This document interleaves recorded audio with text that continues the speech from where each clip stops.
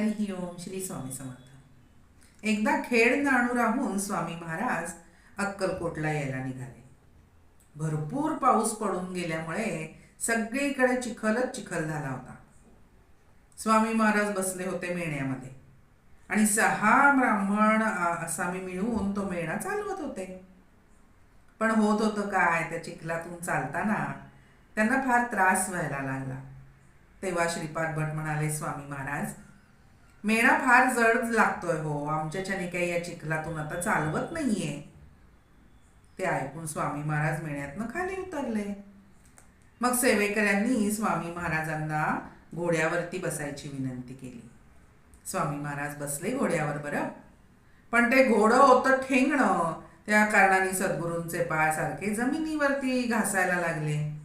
तेही सेवेकऱ्यांना पाहवलं नाही, सहन झालं नाही.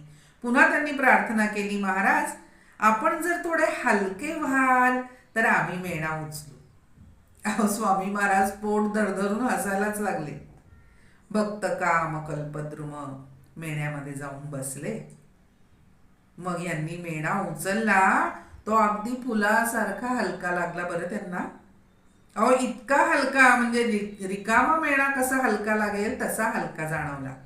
सेवेकरी तर आनंदून गेले आणि मग श्री स्वामी नामाचा जय जयकार करत तो मेणा घेऊन ते चालायला